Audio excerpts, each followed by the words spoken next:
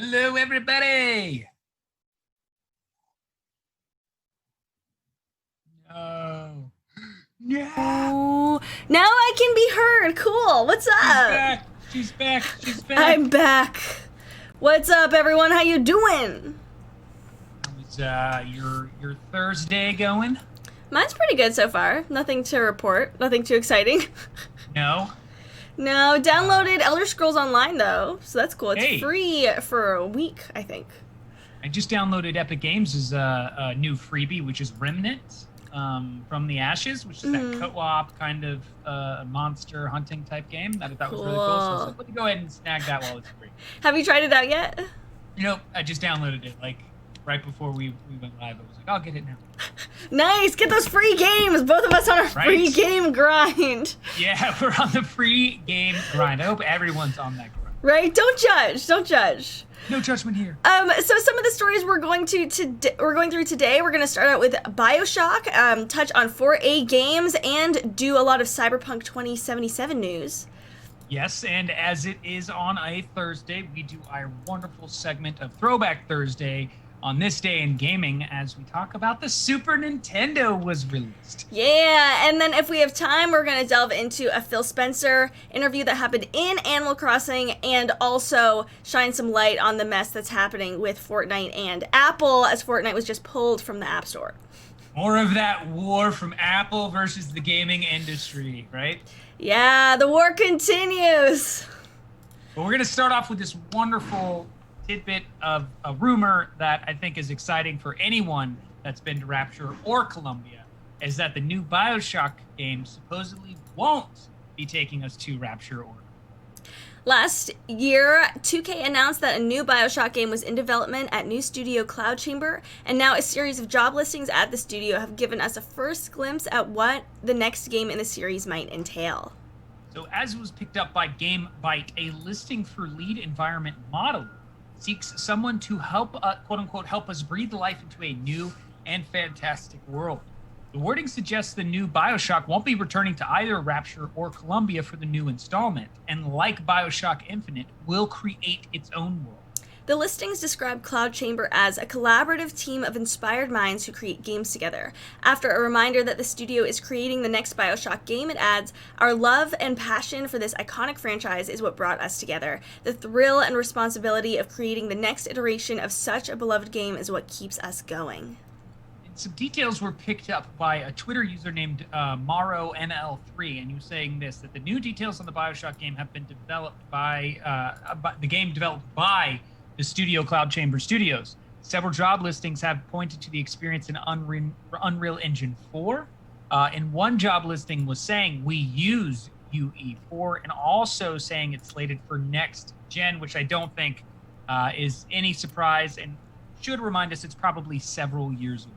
Cloud Chamber is also looking for a principal combat designer who likes pushing boundaries and trying risky experiments that we haven't done before, a cinematic artist with Wes Anderson-like precision and panache, and a world designer who will help create a living world that offers players variety at every step of the game.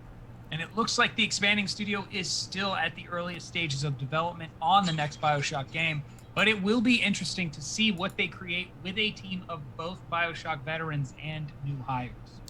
I think this is cool, you know, adding on to the Bioshock legacy. I've heard that the first game is still the best and the other ones don't quite live up to it, and I was wondering what you in the chat thought about that.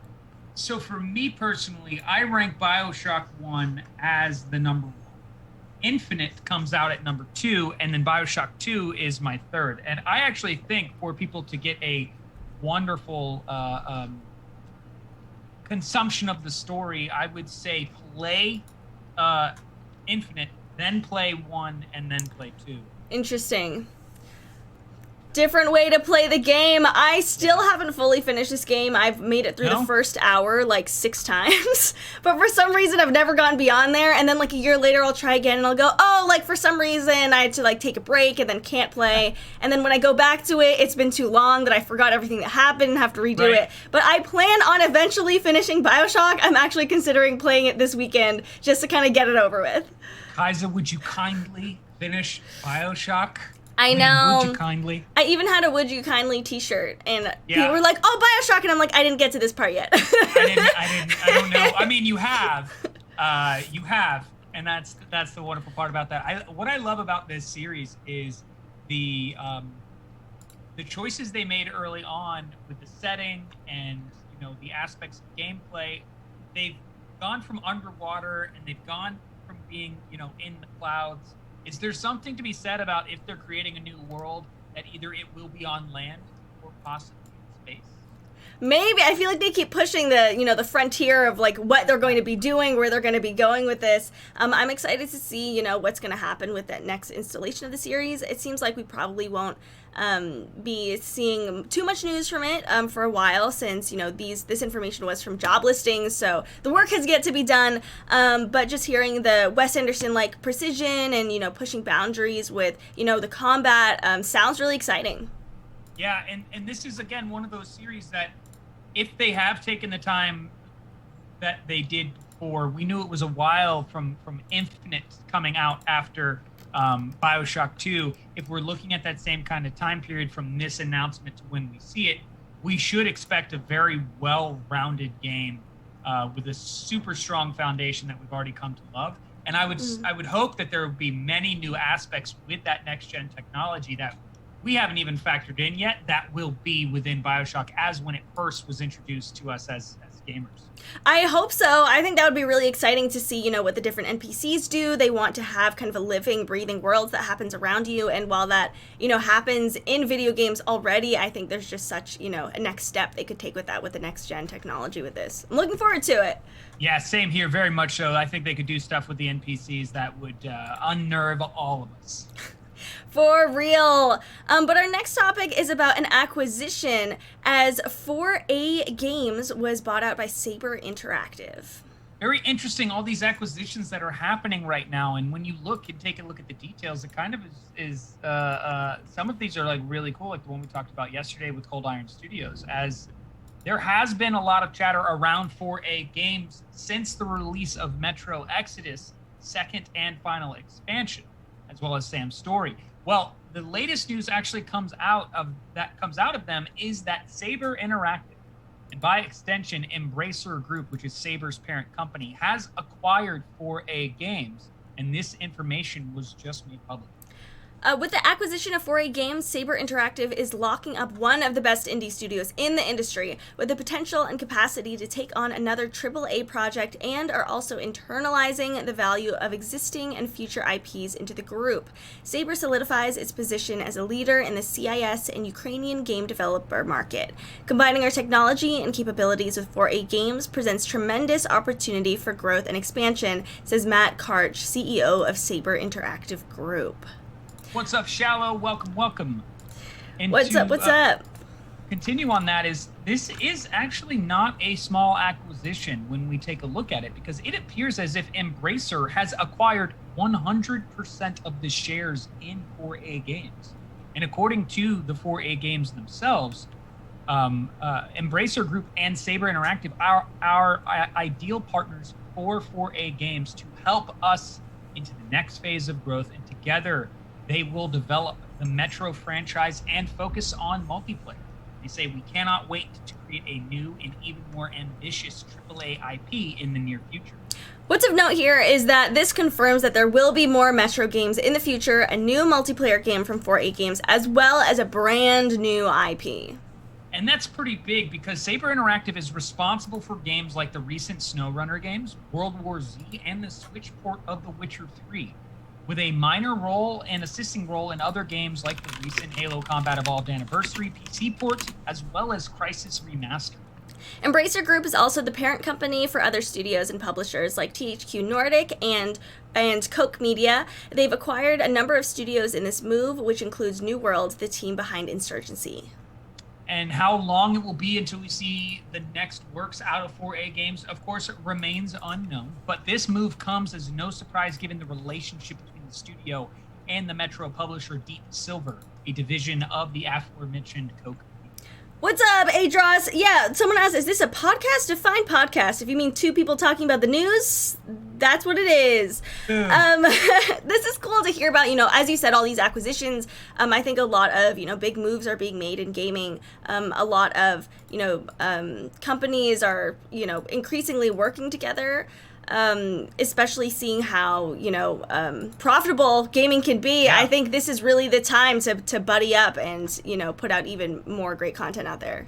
I couldn't agree more with that, because one of the things I feel like I'm seeing when we look at like the acquisition of Cold Iron, and we take a look at this acquisition as well, is I feel like all of these places have really good games, but in some way or another, they don't transcend to that status of like a PUBG or Fortnite or any other type of like top tier game of Call of Duty. And I think there's maybe like this recognition that we have all the elements of an amazing game. I think Metro is one of those extremely fun survival horror type games that they do very well just across the board. But for whatever reason, Metro isn't as big as a title as you would say is to something like, Dead by Daylight, or you would say or compare, something like Minecraft. It just didn't reach that status, or even like H1Z1 or DayZ.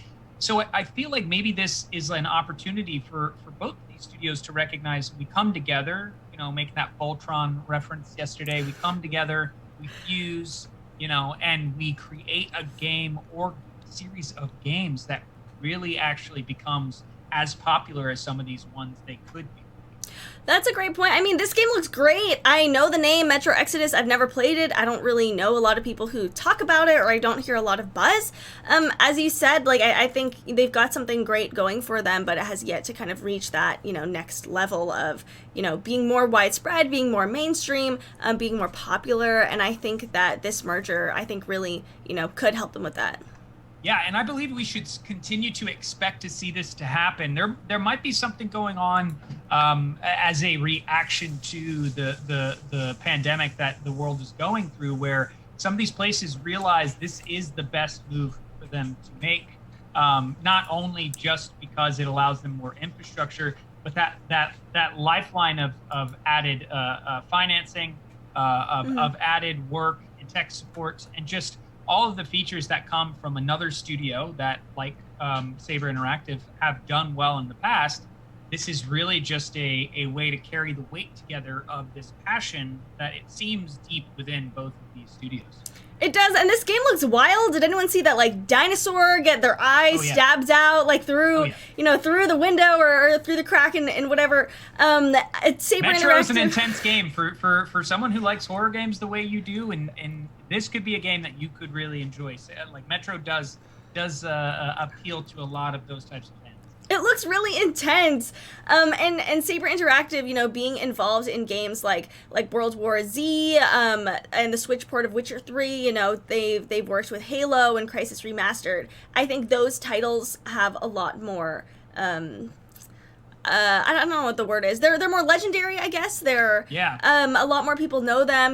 They're held in high regard, and I hope that a game like this, if it is as good as I've heard, and as it seems, I think that this could also be elevated to that in the future. I'm looking forward to see, what their brand new IP is going to be, what their new multiplayer game is going to be, what their next Metro game is going to be, and if that's going to generate as much buzz as these games that Saber Interactive, has worked with before. I would hope that they're talking about how do we take the Metro experience and put it online? How do we create our own, DayZ or Escape from Tarkov style experience within this universe, within the gameplay that we already know from Metro. There's a lot of aspects there that could be PvP, PvE. So I would hope that they're discussing this, and maybe that's a vision that they had, and they started reaching out to some studios, and the studio was like, hey, we can help make that vision come to life. I'm really looking forward to to what the future holds for these companies, and I'm excited to see it. Also, just wanted to plug real quick a mailbag section that we have. If anyone wants to submit topics, I've gotten a lot of topics. It's easier for us if they're in one place. Both Marone and I can see them when they come to us. Topics, questions, things you want us to cover. You can all submit them right into the mailbag. Yeah, do that. So we got more stuff to dive into, obviously, here on DGN, but continuing in another direction is a game that we have every time get to talk about, we get to nerd out, express our excitement. but there's more Cyberpunk information. We got a big chunk of it that we're about to jump into. We've got a lot of Cyberpunk news that has come out in the past few days. So Cyberpunk 2077 aims to put a lot of emphasis on destructible environments, which is exciting. This is exciting because according to senior gameplay designer Powell Capella, Cyberpunk 2077 will put a lot of emphasis on destructible environments. As Capella noted, the game will have numerous destructible objects, covers, and glass. As Capella told VG247, we have put a lot of emphasis on having destructible environments overall in our game. Players will experience things ranging from very simple, so for example, if you have a shootout in a bar and you're shooting the environment, you'll see glass exploding, or things like beer bottles disintegrating on bullet impact. We wanted to have that feeling that basically after you're done with the shootout, the place where you had the shootout is destroyed. Oh my God. So Capella then added that the game's destruction system ranges up to very big portions of the level. He goes on to say that we have stuff like destructible cover. So we want players to actually use weapons to destroy the cover so that the enemies are at a disadvantage. We have destructible glass. All of those things give you the feeling that the projectiles from your weapons actually carry power with them. And this also extends to stuff like you will see bullet decals on most of these things. All of these things in the level. He goes on to say that you'll see different hit reactions. Like, for example, if you hit a pipe with water in it, you will see the water sprouting from the place that you hit it. And this extends nearly to every object that we have in-game. This is definitely great news for all Cyberpunk 2077 fans. After all, one of the criticisms of most current-gen games is the lack of environmental interactivity. From the looks of it, Cyberpunk 2077 won't have a lifeless or static environment at all. And along with the destructible environments, the game will be using real-time ray tracing and the DLSS 2.0. CD Projekt Red will be using ray tracing to diffuse illumination, ambient occlusion, reflections, and shadows. Moreover, you can find some RTX screenshots here and there. It's worth noting that the game's preview build with 60 frames per second at 1080p DLSS with ray tracing is what you will see in that preview. And it will be interesting to actually see the performance on this game on the GPUs. I am all about this because I think that so many games have had actually such little interactivity that I just assume I can't really interact with anything. And if I can pick up like a bottle or a cup here, I'm like, whoa, I can actually interact, because so many games have really, lacked and really had shortcomings in this area. That is so true, because I don't know the most recent game I could explain where it was like, yeah, I remembered seeing everything get destroyed in its own unique way. I think of Battlefield a little bit, and I know they had the destructible environments very well. But if I were to say a single player shooter experience, I can't really name one where it was like, yeah, I got into a shootout and you get done and there's one beer bottle left on the bar, and you're like, all the other ones are destroyed. Yeah, and even in games like Valorant where you can shoot through walls, I just always forget about that because I'm so used to not being able to do that. I think that's maybe part of why, I didn't really get into Siege, was because so much of it is, shooting through the walls and the floors, and that's just so foreign to me because I'm so not used to that in playing games. And I love Kane Guardian's question right there. Will we get to pet cyber doggos? If CD Projekt Red doesn't have them in the game, they need to get them in there. They do. It's an important question. Can you pet the dog, though? We're going to be looking out on that Twitter account that's just dedicated to can you pet the dogs in video games to see the latest news. But some more news surrounding Cyberpunk 2077 is a comment that came out from one of the developers, which says, and when I heard this, I was like, whoa, it has a much deeper role-playing experience than The Witcher 3. So there's been lots of Cyberpunk 2077 material for fans to get into between the new gameplay videos and the interview where senior gameplay designer Powell Capella explained that enemies have been designed not to be bullet sponges, which we will get into. Today, a new interview with CD Projekt Red senior level designer Miles Tost appeared on a fan site, which was Netrunner 2077. Tost described Cyberpunk 2077 as a, quote, much deeper role-playing experience compared to the studio's acclaimed The Witcher 3 Wild Hunt.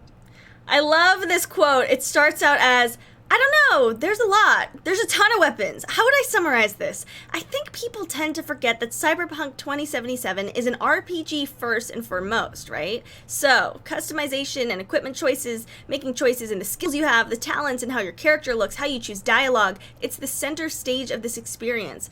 I think some people look at this game and think, oh man, it's first person and has guns, it's a shooter. And that's a very surface level assessment.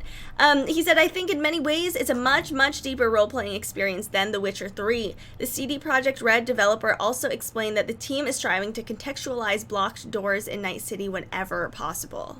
And I loved this because this is where it gives you a little bit of an understanding of how big Cyberpunk is. So he goes on to say that we try, and not everywhere is like that we can't put a bouncer in front of every door in the world. But in areas we feel it's super obvious, like if there's an area in the main quest with a door you can't enter in that context, we'll try to put something extra there.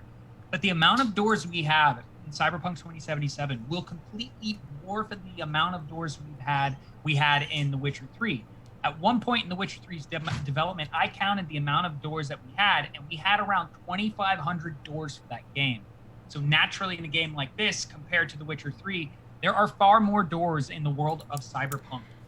Wow, my first thought was, I mean, Night City is a city, and in The Witcher, the land is a lot more spread out, so you'd probably have more doors. But that is, I guess I never really thought about that in games and how many entrances there are, how many things you can get into, whether those doors are locked. I think it adds a lot to the environment. For me, if there is like a door in the back of a restaurant and it's locked, and I'll think, oh, of course it's locked. Why would the door at the back of a restaurant just be unlocked? And I think it just adds another, element of like really having to commit to the story of the game, when there is a reason that some things are locked and some aren't, versus, games like Fable where sometimes there are just like doors there for decoration. They're just there. Yeah, they're just there.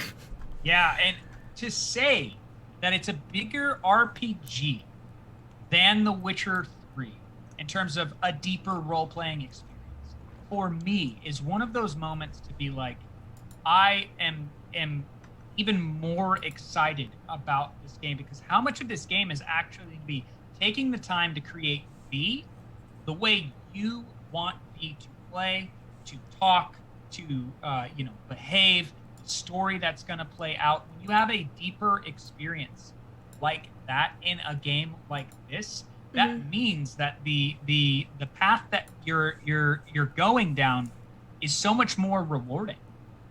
It is, and I think it's really saying a lot, that this is going to be a lot deeper than The Witcher 3, because The Witcher 3 is already so legendary. A lot of gamers consider it a must-play game, and to say that this is going to be, even more than that, I think is, even though this isn't a next-gen game, I think it kind of might as well be, or it still fits in the genre of what I expect of next-gen games, that they're just so much more complex. There's so much more going on. They have a lot of different elements. They're not just good at one thing. It's not just about, environment interactability. This is all about the lore. This is also about the shooter. This is all about how, like, the environment is created as well. And just to have that complexity, the stories behind a lot of the NPCs, I think is really, something that I want to expect of a lot of games in the future. I think Cyberpunk 2077 is definitely raising the bar. That was just going through my head. The bar has been raised. The bar has been raised. The bar has been raised. Because now when I look at the delay, I'm not as upset. Yeah, I want to play it, but knowing the amount of detail they're putting into this, there is a need to make sure you have ensured your product is ready to be out there on the public space, because this attention to detail is so important. Because this next topic regarding Cyberpunk is one that I'm like, my God, yay! It's not going to be like a Division 2 type experience, because they were saying that Cyberpunk 2077 enemies won't feel like bullet sponges. Not at all. And thank you so much, Kai, for the tip. Thank you so much for the donation. Additional information came to light in a new interview about enemies won't feel like bullet sponges in Cyberpunk 2077, which is a common complaint of RPG shooter hybrids. So Powell Kapala was reassuring gamers by saying this. He says, look, if we're talking about the normal NPCs that you meet on the street, they can have different rarities to them. And I would say that most of the NPCs that you will meet are normal, just goons. And if you're continuing to level up and you're on the level of the enemy, you should never experience bullet sponginess. They will feel quite fast to kill and quite fast to engage. However, they are also quite deadly as well. So you need to basically use cover and move around a lot.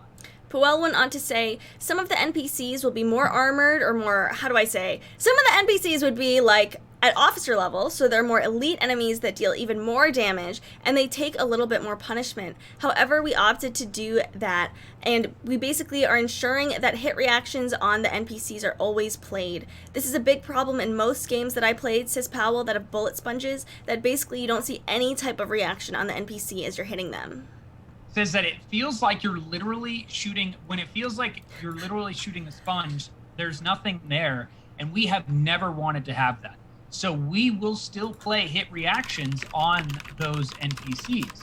You will still see that they're getting hurt, they're gonna stumble, they're gonna fall from your gunfire, so that is still in place. And as far as the boss fights are concerned, well, I think it would be best if the players get to see it for themselves. However, I can assure you that we took the necessary steps to have them not feel like bullet sponges.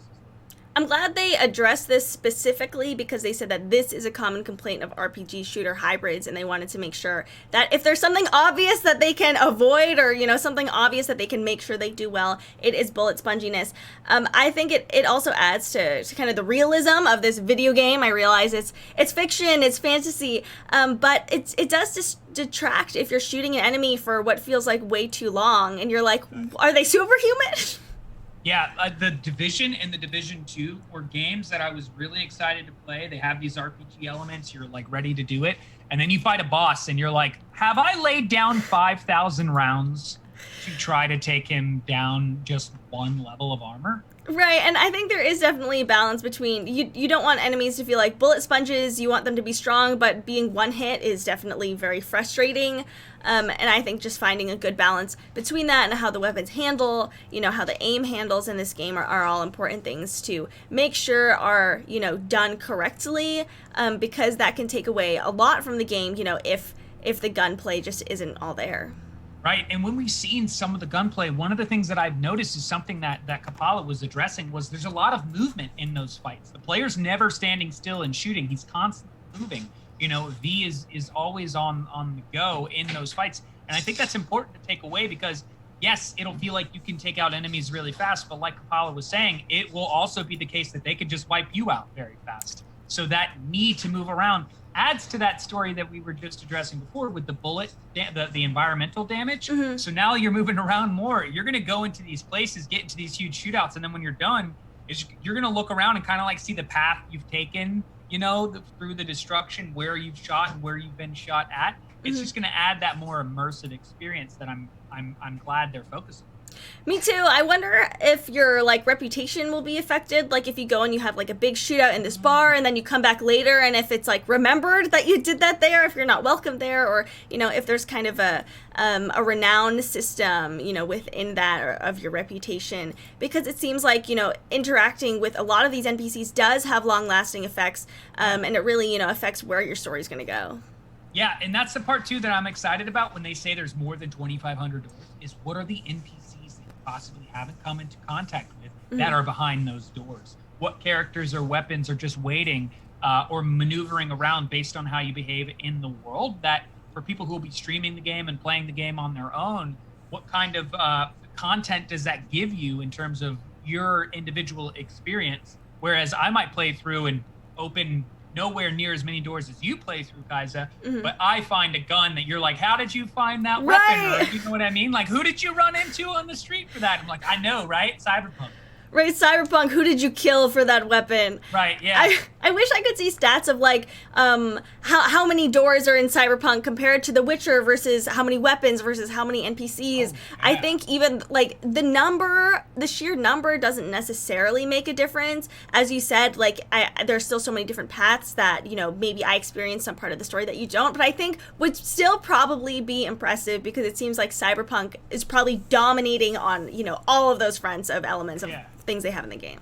Exactly, and it just again makes us more and more excited to get our hands on this game come November, because this, I really think, is going to be that title that when it comes out, I'm trying to think of another game, and maybe people in chat can comment on this, but I'm trying to think of a game that was so sought after that when it came out, it delivered and everybody was just playing it. I mean, it was like where most of the industry wanted to put their time in. And I can't really think of a game right now that had that type of feel. I'd probably have to go back a few console generations to really like focus on that. Maybe like Halo 2. Right. Was a title that, you know, everyone was trying to play or be involved in on. Can you think of any? I would say maybe Halo 2, and then there's Fortnite in a phase, you know, back when Fortnite, you know, was on the up and up. A lot of people were playing. GTA, yeah. It just has so much momentum behind it, and the more they reveal about Cyberpunk 2077, I'm just like, man, I don't. Like you were saying before, like the bar is, it seems like it's being raised so high. Which is such contrast to our next story, where the bar has been kind of thrown away and forgotten about. Yeah, this comes as no surprise to the commentary surrounding the Red Dead Online update and how much it was needed, but then they rolled back the latest update because it broke the game. It broke the game. So for the past few days, Red Dead Online has been almost unplayable with numerous bugs, broken systems, server issues, flying horses, and missing NPCs. This all started with an update on August 10th, and Rockstar is now rolling back that update in an attempt to fix the game. So Red Dead Online's 1.21 update wasn't a big one. It more or less was a follow-up to the larger Naturalist update released back in July. And the plan was for this smaller patch to fix some lingering and new issues that for that big update. And instead of fixing things, I'm looking at this corresponding place. It's hilarious.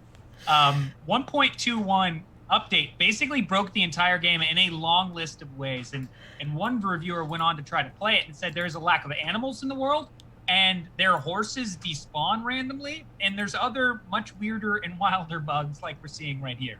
Many players were really frustrated by the update. A lot of people have asked for Rockstar to roll it back before everything was completely broken. Today, Rockstar confirmed they are doing just that, and this should fix most of the recent issues. But of course, some players are still angry that this update was even released and that it took Rockstar nearly 4 days to roll it back.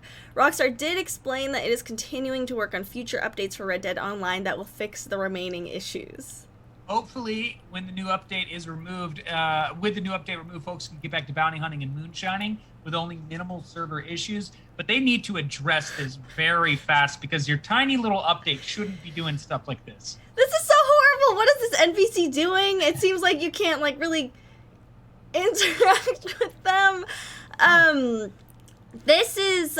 I think we need the clown protest back, because this whole saga started out with Red Dead Online not having any updates for, I think it was like 7 months, 9 months, something like that. It's the clown's fault. It's the clown's fault. And then Rockstar was like, okay, we're going to have an update for you. We're going to have this patch. It's, you know, we're going to roll out part of it. There are a lot of updates that they've been working on, but, you know, they rolled out the specific part, and then it broke the game. And I think when the next patch comes, a lot of players are going to be thinking, well, is this new content even worth it? Because is my game just going to be broken now?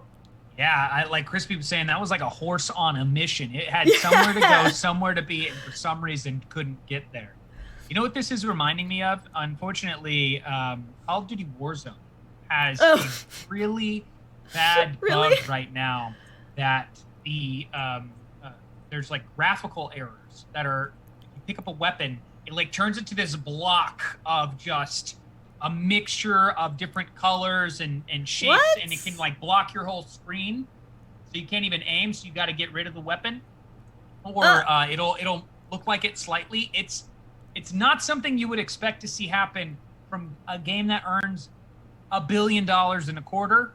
And when I look at Red Dead Online and I look at Rockstar Games, this is another one of those situations where you are a game studio that makes as much money as you do. Bugs like this shouldn't be coming out. No, and we've talked about the kind of stark difference between how Red Dead Online is treated and GTA Online, and I think it just really shows where Rockstar's priorities are, which I think is a huge shame, because a lot of people wanted to play Red Dead Online because Rockstar was associated with it, and there's an association of fun and quality and, you know, being able to play the game and have a good time at it. And this just highlights that it seems like Red Dead Online really isn't a priority for them. It's the way it feels. I mean, when you take a look at what's happening, you get a tiny patch and it makes stuff like this occur. You're just like, wow, what has happened? You have a QA department. We understand how updates are rolled out. We're very, have enough layman's terms around the gaming industry to understand what should be going on, and that there really isn't an excuse for this to be shipping out and for players to be affected by it. I'm like, did anyone test this? Like, was this tested at all remotely? Right? That's the part for me when I think about it. I'm like, someone's got to answer this. I mean, yes, thank you for rolling it back. Thank you for addressing that it's there. But, like, can somebody come out and explain what went on? Did you even have anybody report on testing it? Can we see that those reports actually exist? I pay money towards this game, and I'm not saying me personally, but anybody who plays this game, I spend money on this. I buy your gold. I do your microtransactions, and you're giving me this? At least it's funny, I guess. Right? It makes for good comedy, if anyone cares about that. That's so funny. We're just trolling our customers? Yeah, we're just going to troll everyone. These people who have a lot of faith in us, who have spent a lot of money in our game, we're just going to do this, like, dumb, silly thing for the memes. I feel like Infinity Ward does that with Warzone and putting all the trolls in, like, their troll server to see how it feels, and I don't think that ended up, resulting in anything. I don't think anything now they're just asking them nicely to stop trolling. Right. And now we're seeing updates come out from games from studios like Rockstar, where they're just releasing this huge update for Grand Theft Auto 5, GTA Online. It's like the Los Santos summer update. And I was watching the trailer on it, and I was like, look at all this content. Look at all this new stuff. Look at all this time and effort put into this update. And then we talk about this 1.21 small patch on Red Dead Online, and you see a horse running in place 5 feet above the ground. Oh, it's too funny. It's not funny. It's sad. We laugh because it's easier than crying. Yes, it's the nervous laughter. You're like, yeah, it's exactly what's going on here. We are so sorry to all you Red Dead Online fans, Red Dead Online players out there. Our heart is with you. We hope that this gets rolled back successfully and the next patch works out better. We also, our hearts also hurt for some of you Halo fans out there. But we have some news, as Phil Spencer had an interview that actually took place in Animal Crossing about it. It's really cool. See, these are the things about Phil Spencer that you're like, he is just like this dad type figure, and it's great. And he just has this, this vibe about him, as he took to the popular Animal Crossing talk show hosted by former PC Gamer editor-in-chief Gary Whitta last night to chat about Halo Infinite's delay and the next-gen for the next-gen hardware, and what makes Nintendo such a special company in the gaming industry. So this is what the interview looked like. They're just all hanging out at Animal Crossing, and they just talk over this, which is really chill. I feel like it's all good vibes here. So Spencer had already been slated to appear on Whitta's Animal Talking when the news first broke that Halo Infinite would no longer be an Xbox Series X launch game and would instead release sometime in 2021. But still, people have been curious how Spencer would address the next-gen hardware losing its highest profile game. Here's some of what the Xbox boss had to say. So Spencer went off to say this. He went on to say, let me start by recognizing the fans and the fact that this is a bummer. As you said, and I know it's disappointing to people, it's disappointing to us.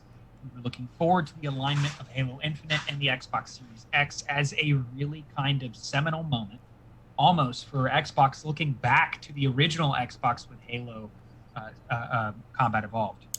He says, I'm not trying to deceive anybody. When I know something and we know something, let's get the news out there and deal with it, because people are making their own life decisions on platforms they're going to buy, consoles they're going to buy. While everybody was going to be disappointed, our long-term goal is to deliver the best Halo game we've ever delivered, and let's keep that goal and do that when we can. Spencer did say that Microsoft had at one point considered splitting Halo Infinite up in order to get part of it out the door sooner, but ultimately decided against it. Spencer said it just didn't feel to all of us like the Halo release that we would want.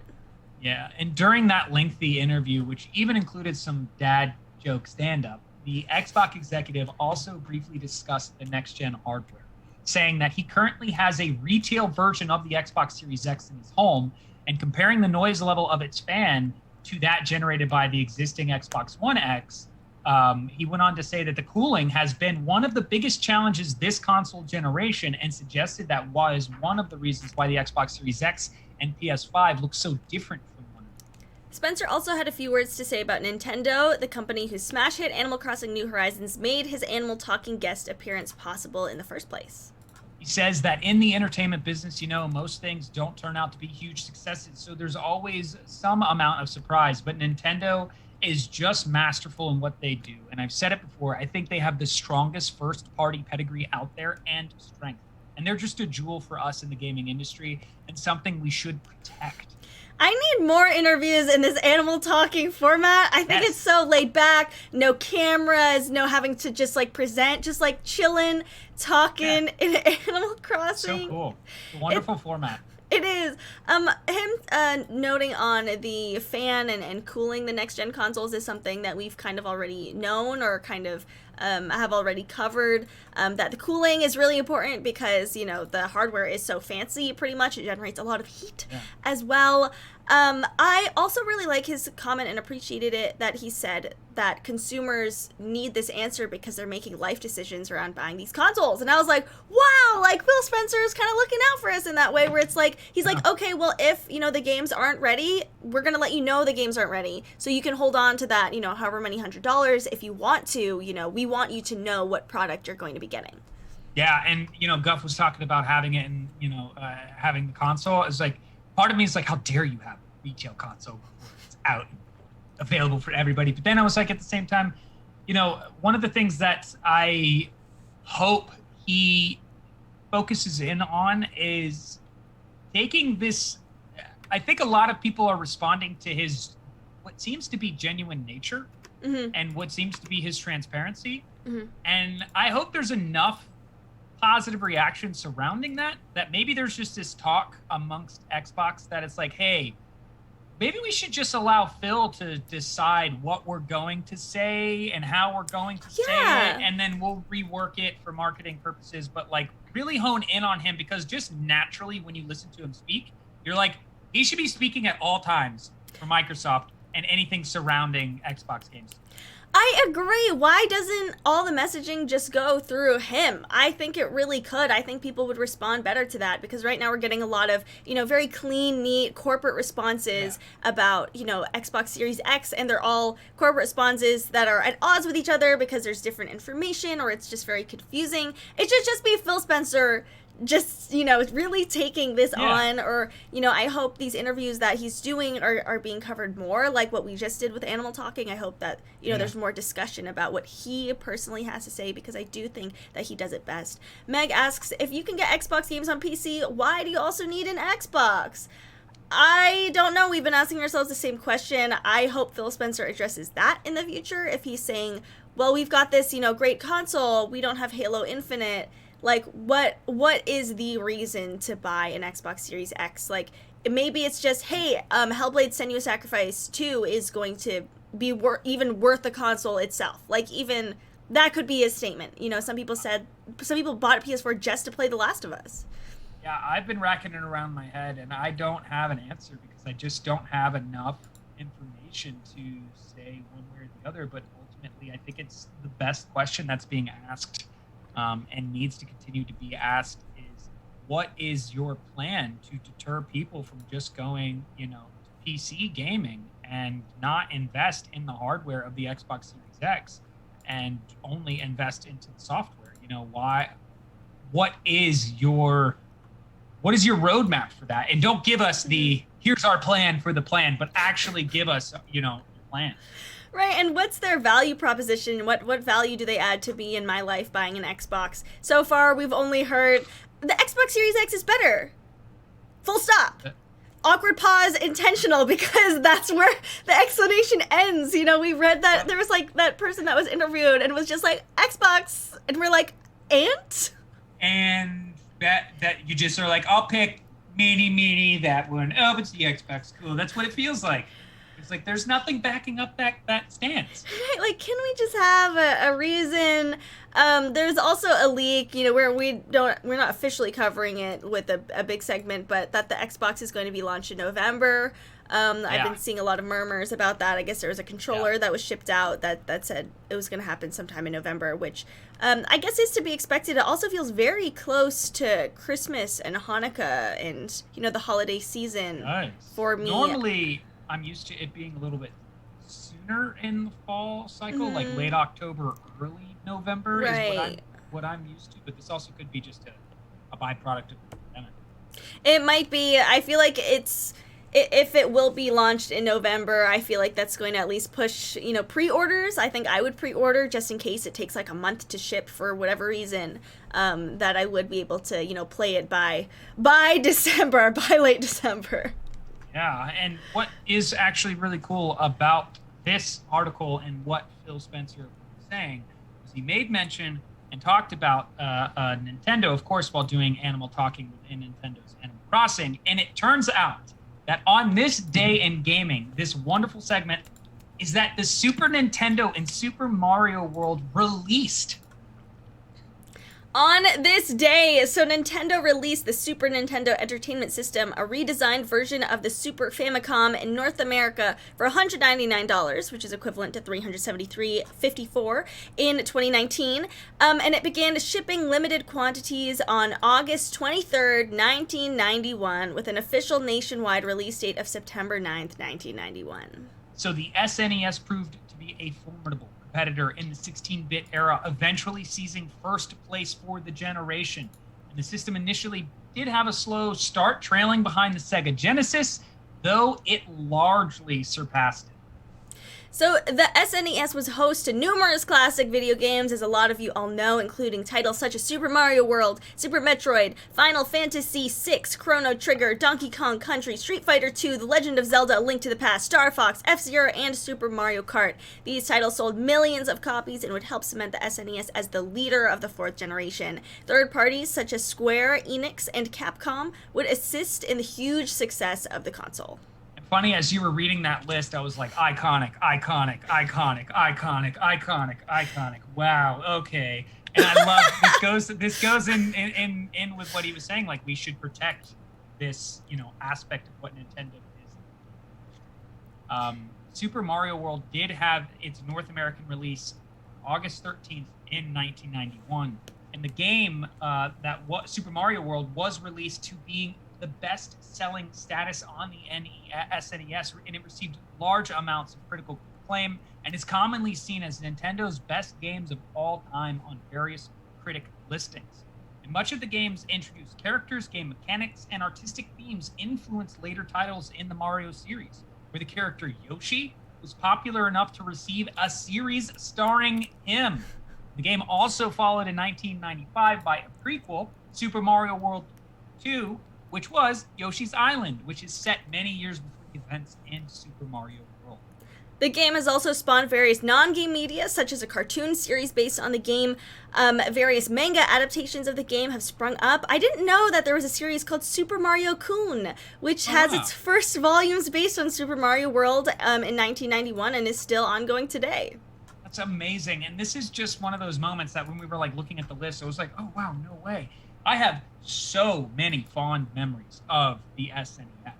And it's funny, too, is as my wife Kika, she's not a hardcore gamer, but she is a gamer. And there are tons of memories on her end with the SNES as well. And it's just that, it's that moment if you get to play an emulator, or if you have the Switch and you play the games that they bring over there. When you're playing them, there's just this joy that instantly comes back when you're playing a Super Nintendo game like Super Mario World, like Zelda, or like Star Fox, that it just is hard to explain, that there is just this lightning in a bottle that has been captured and is timeless when it comes to playing the Super Nintendo. It is, and as we were reading those games, they're all super relevant today. I mean, Donkey Kong Country was just, released on Switch. A lot of people love Star Fox. Zelda is still very much alive. Super Mario Kart, I played it yesterday. Final Fantasy, Super Mario World, these are all just absolutely legendary titles. This was a huge monster of industry in a good way. In a very good way. I mean, think of like Super Mario Kart. Look at where we're at now with Mario Kart on the Switch. Another title that they did mention it, Street Fighter 2. It was Super Street Fighter 2 Turbo that did, if I recall, got so much attention and how good of a fighting game it was. This was the port a lot of people wanted in the arcade because of the speed that it took, and that became one of, if I could be mistaken on this, I believe that title was one of the titles that really pushed the fighting game tournament world recognition as Super Street Fighter 2 Turbo being the game to go and challenge your friends or get international acclaim. I think the mechanics that were established in a lot of those games are still very much used. I mean, Mario Kart, I mean, this game, Super Mario World, I feel like a lot of, platformers still very much look like this. Like, this has really set the standard, and it's really, as you said, captured lightning in a bottle, and they're fun. It's hard to capture fun. It's hard to make fun games. Yeah, and these had save points. That's the other part about this game that I love. Like, you could save your status in this game, which was just so impressive for the time. You were like, oh, I don't have to die and start all over again. And I love what EG was saying is like how much this game is the best. And I can hear the song. As we're watching these clips, I can hear the that song goes through my head as we're just sitting here watching it. And it's like, I can't tell you what I did last week. But I can remember that jingle. It is right there in my mind.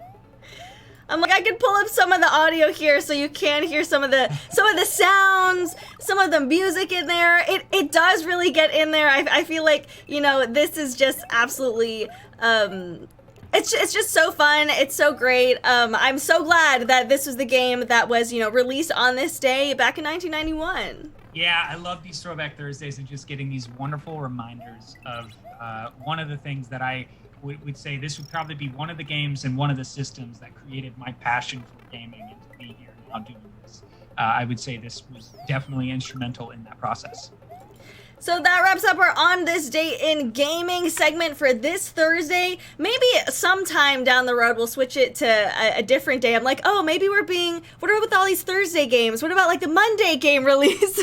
Right? Yeah. We're like Throwback Thursday. The rest of the week, it's, rest of the week, good luck. Yeah. So Meg asked us about this topic earlier, and it is actually, slotted in our show today about the whole Fortnite feud with Apple that has been unfolding. So the developer of Fortnite announced earlier today that it implement its own method of purchasing Fortnite's in-game currency rather than using Apple's App Store. But Epic ensured that players would get a better deal if they bought the currency directly rather than using the App Store. This meant that Epic would charge 20% less if players purchased the in-game currency through Epic instead of Apple. Since Apple takes a small percentage of each purchase made from applications, Apple would effectively lose revenue with Epic's new discounted method of direct purchase.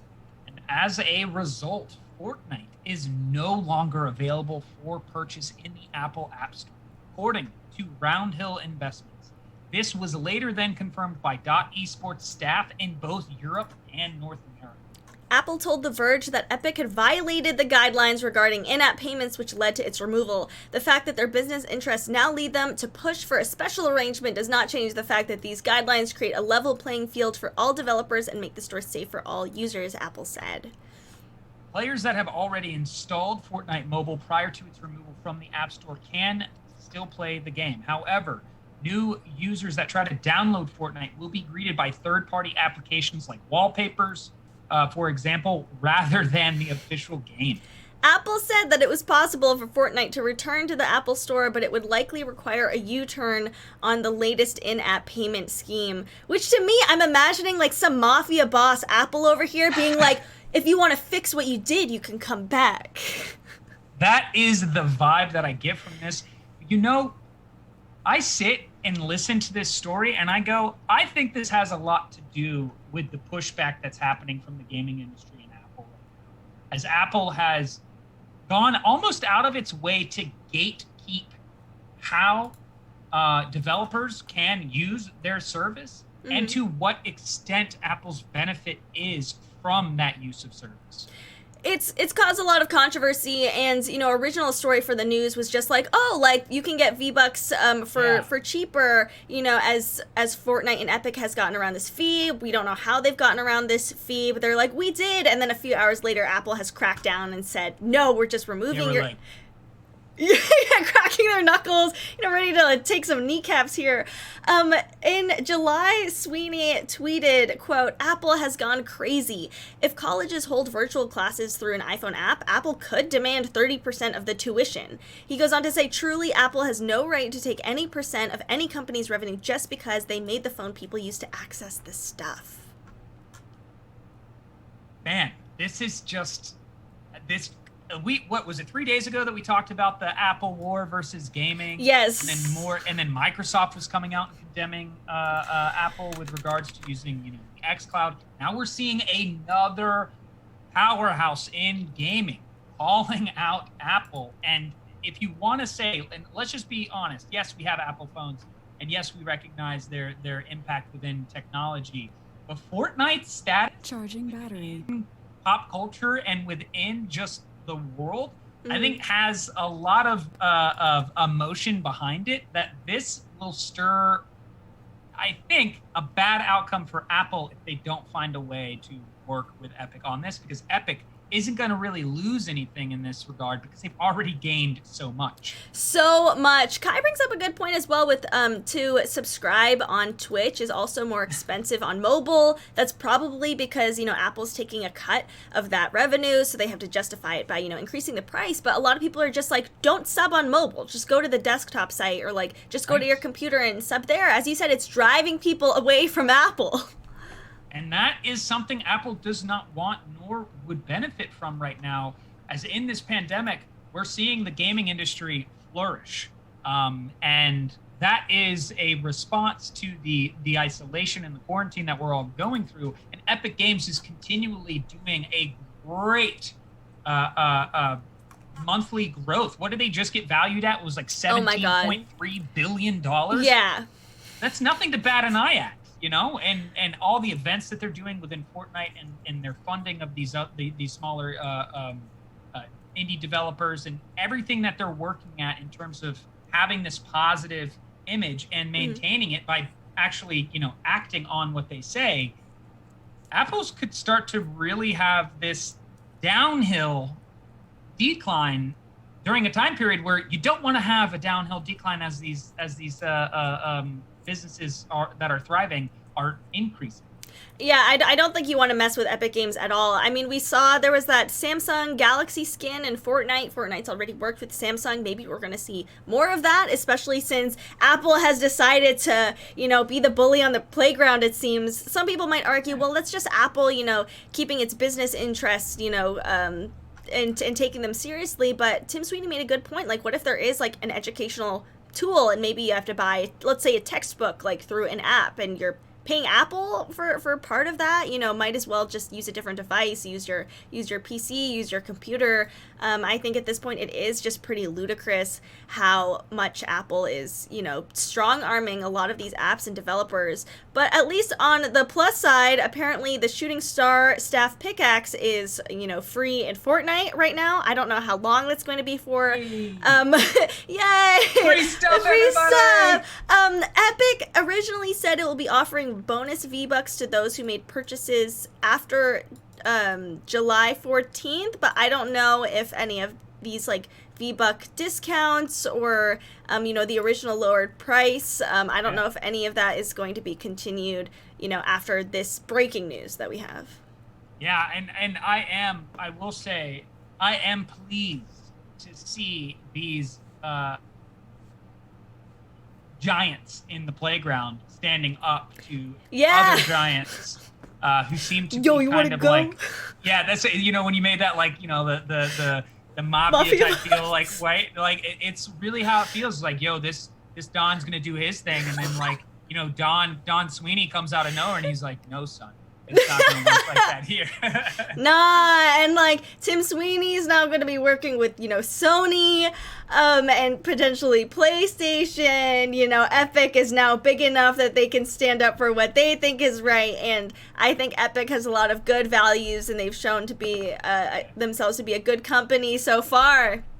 Yeah, so this is something for me as I sit and I pay attention to this going on. I'm very pleased to see how people are not just kind of like, oh, whatever, that they're, putting their foot down, and especially in a position of power. It doesn't seem like all the businesses are trying to turn on the consumer and basically flip us over and shake all the money out of our pocket. That's true. I have some faith in these companies. I have some faith in humanity that you're right that I don't feel like I'm getting, robbed every time I download an app or play a game, and some of these companies are really looking out for us. But stay tuned to Twitter, because I'm sure Epic is going to come out with a statement real soon about this. Yeah, it's going to be cool. Can't wait to see the memes as well. But that does bring us to the end of the Daily Gaming News Hour. Thank you everyone so much who's in the chat commenting. That DGN fam, we love and appreciate you. Thank you so much for being here. Thank you so much for joining us today. As always, we will be running reruns of this episode as well as yesterday's episode right after this. Our VODs are on Twitch. You'll be able to find them on YouTube. And if you're watching a VOD, we are live from 1 to 2 p.m. every Pacific time, every weekday. And I did see some comments in there that we will definitely chat about tomorrow, which is talking about this latest update for Rainbow Six Siege, which is they are bringing our boy Sam Fisher over there. Yeah. And I do have this unfortunate emotion to that, because I just feel like our boy Sam's just getting exploited everywhere. Right. Give him his own game already. Give him his game. People want to see him in a game on his own. And we have !! mailbag. You can submit questions, topics, suggestions through that form. That command works offline as well. So tell us what you're most interested about so we can be sure to cover it. Absolutely. And don't forget to subscribe, come in and join us from 1 p.m. to 2 p.m. Pacific Standard Time. So if you are watching this on VOD, come check us out live while we're here. We'd love to hear how you feel, what you think, and any comments that you have to the conversation as we're here to talk about what's going on in the gaming industry. But thank you so much for joining us today. We'll be sure to see you tomorrow for Daily Gaming News. Today, August 13th, I am Kaisa. I am Marrone, and we will see you next time. See ya.